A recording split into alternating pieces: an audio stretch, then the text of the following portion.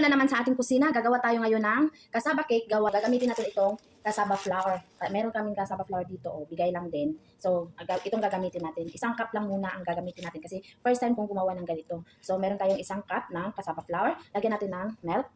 Anong coconut milk. Meron din tayong condensed milk at saka itlog, then asukal. Yan lang muna ang ilalagay natin. Lagyan natin ng, kung sa atin ito sapal, kung sa Bisaya sapal. Pero so ito na yung mixture natin. Lugay lang natin ng powder hangga't mix talaga yung yung asukal kasi yung asukal natin medyo malaki-laki. Kailangan siyang ma-melt. Then ihanda na natin ito, dito natin siya ilalagay. Ang ginawa ko dito guys, 2 cup na cassava flour, 1 cup na coconut ito, milk, and then ibap 1 cup din, 1 cup na sugar, 2 itlog. Ayan. Okay? Handa na. Kasi naka-ano na rin yung oven natin. Naka-on. I-on ko na.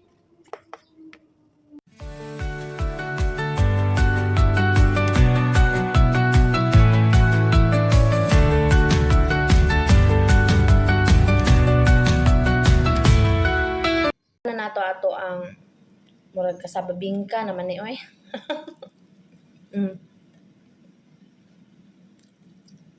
Lami siya, murag ako.